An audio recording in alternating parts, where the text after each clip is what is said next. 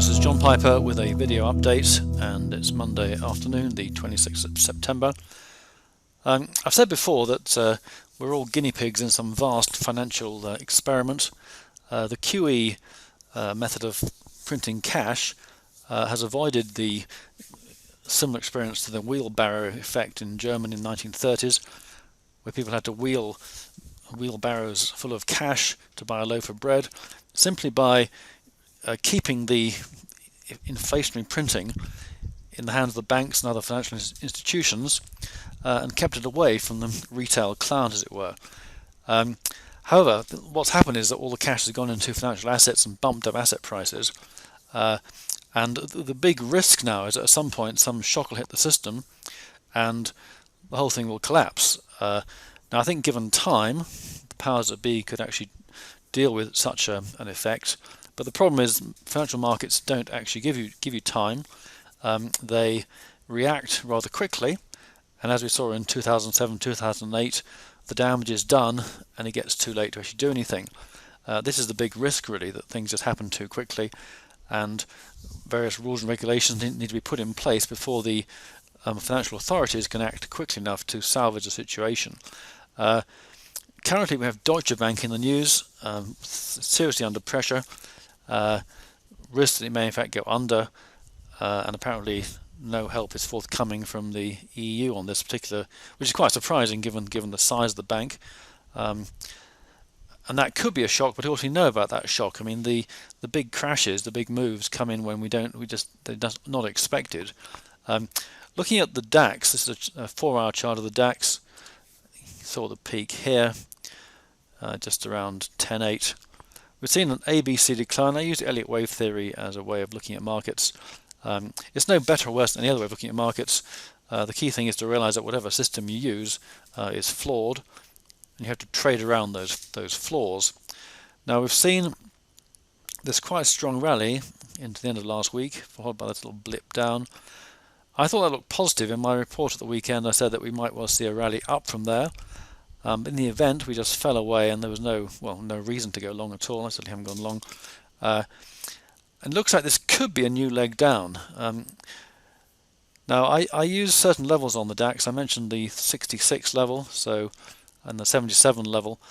So I've got orders to sell below there, because I think if it goes below there, then it might well just keep on going. As you see, we're bounced currently from the 90 odd level. Which is what normally happens. The 66, 77 levels and the 33 levels are useful because they're beyond normal or normative support and resistance, and so by putting stops, what I call my extreme stop system, beyond those levels, I often enter without having any kind of great reaction against the positions. I do this because I trade options on the DAX, as I mentioned. So I want to stay with my positions and I want to hedge the positions. But right now I've got an extreme stop below the market there, with a view to just trade going short if this breaks down. I think if it does break down, it may just keep going. How far and how fast, I've got no idea. But right now the DAX looks negative, and that's what I'm be trading at the moment. Right, although I trade the DAX, I mentioned my big play for 2016 is gold and silver. I've been long of gold and silver.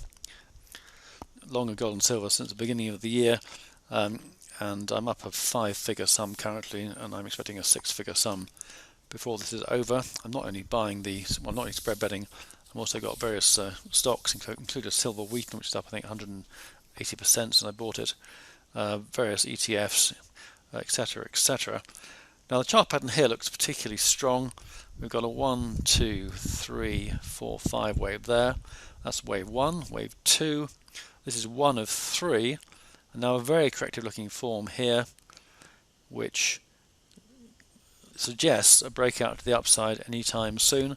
In fact, I bought gold today, or added to my positions today I should say, because I've been buying it all the way up, and with a view, my stop is actually below the lows here, and this looks like, well, it's looking good, but we just never know for sure.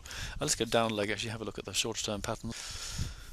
Right, this is the hourly pattern. We can see the 1, 2, 3, a B, C, 4, now a fifth wave here. The only worry here, as I said in my weekend report, is that having got above there, 5 waves up, so we could blip down again to test this level around here.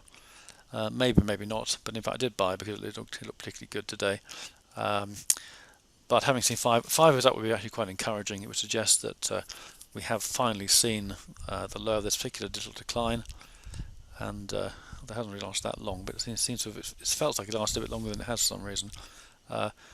And one more high above there would give us a clear 5 wave advance, which in Elliott terms is a positive. Nice little chart of silver, the daily chart again. So I have a 1, 2, 3, 4, 5, Elliott 1, 2, then a 1, 2, 3. This still counts as a 4, though the subsequent rally is a bit truncated. We have a 1, 2, and well, it could be a 3, but it's a bit weak for a 3, so it could be another 1, 2. We need a breakthrough there to confirm all this. So again, looking to go long of silver. Added to my positions again today. So let's have another look at the lows since. Right, on silver we've got a nice thrust today. This is a 4-hour chart, by the way. Sorry, 2-hour chart.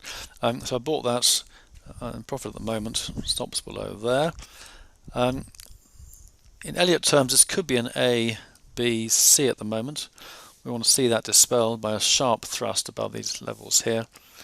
Whether we'll see that remains to be seen. Right, so we had the 1, 2, 3, rather truncated 4 here, which is a slight concern. Then quite a strong blip down, which looks like an ABC, but not an obvious one.